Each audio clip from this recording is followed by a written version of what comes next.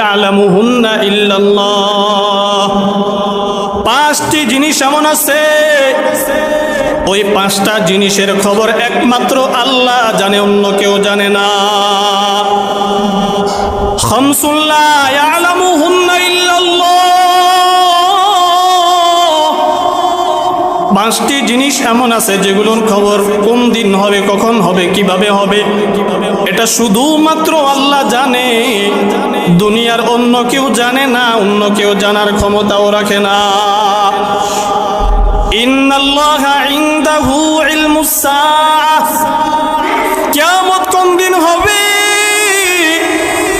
জমিনটা কোন দিন ধ্বংস হয়ে যাবে, জমিনে কোন দিন কিয়ামত হবে, শুধুমাত্র আল্লাহ জানে। ওয়া ইউনাজ্জিলুল গায়ব।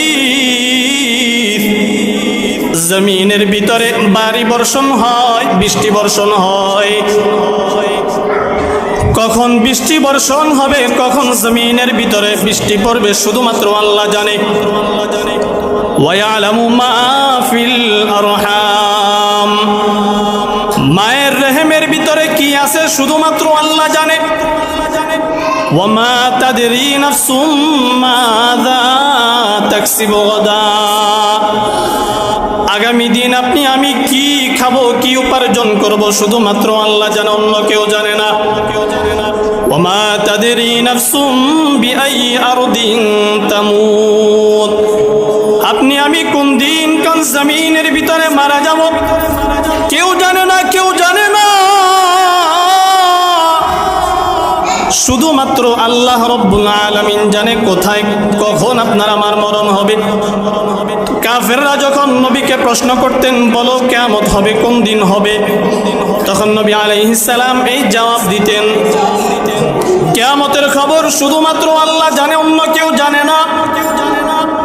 নবী আলাইহিস সালাম অন্য একটি হাদিসের ভিতরে বলেন, তিরমিজি শরীফের 2306 নম্বর হাদিসের ভিতরে নবী আলাইহিস সালাম বলেন, বাদিরু বিল আ'মালি সাবআ। সাতটা জিনিস আসার পূর্বেই তোমরা ইবাদতের প্রতি মনোযোগী হও। সাতটা জিনিস আসার পূর্বেই তোমরা বেশি বেশি বেশি বেশি ইবাদত করতে থাকো। এক নাম্বার, হাল তানদুরুনা ইল্লা ফাকরাম মানসিয়া। এমন দরিদ্রতা